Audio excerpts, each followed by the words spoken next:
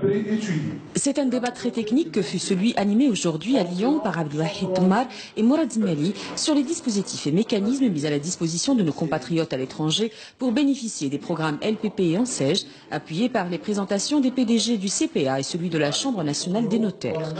Zoom aujourd'hui sur le dispositif d'aide à l'emploi avec Hayat et Mourad, deux jeunes investisseurs, l'une de Lyon, l'autre de Saint-Étienne. Ils lisent attentivement la documentation et prêtent une oreille avertie aux exposés des deux ministres, un débat qu'ils ont pu prolonger avec M. Omar Ben Dieb et Rachid Breden. Une question au niveau de la caution. Est-ce qu'on se porte caution personnelle ou quand il y a... Vous ne pouvez pas être caution de même, mais il n'y a pas de caution.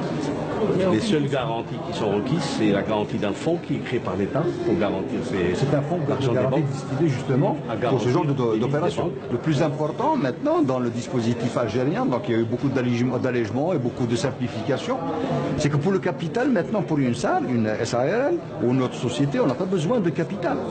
Ça c'est très important. Mais il y aura la séance du passage devant la commission. Là, vous devez être là pour défendre. Pour discuter, pour proposer votre projet et le défendre.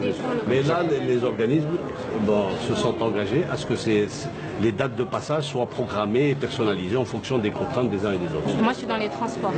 Alors, dans le transport vert, quoi, non? Voilà, c'est exactement ça, les transports verts, oui. Déjà, il y a un accompagnement au niveau du montage du dossier, déjà en amont. Donc, il y a des organismes qui sont dédiés pour aider pour faire du coaching et des entreprises à formaliser leur dossier. Aucun taux d'intérêt pour créer des sociétés, donc forcément c'est attirant pour tous les jeunes. Ça a été très clair et ça nous incite, en plus ça nous donne envie d'investir en Algérie. Et ils peuvent compter sur les conseils avisés d'un compatriote de leur région lyonnaise qui a tenté l'expérience en Algérie. Il y a 3 ans, Rafiq Bouhlel a lancé la société Carbon Green grâce à l'ANSEJ, le premier réseau national de centres de décalaminage automobile. Je reçois les dirigeants d'une entreprise française pour la master franchise de Carbon Green pour la France. On a la Mauritanie, la Tunisie qui ont manifesté aussi de manière officielle leur intérêt pour le développement de la marque. Et encore une fois, Carbon Green démarre depuis l'Algérie et j'espère pour objectif être partout dans le monde.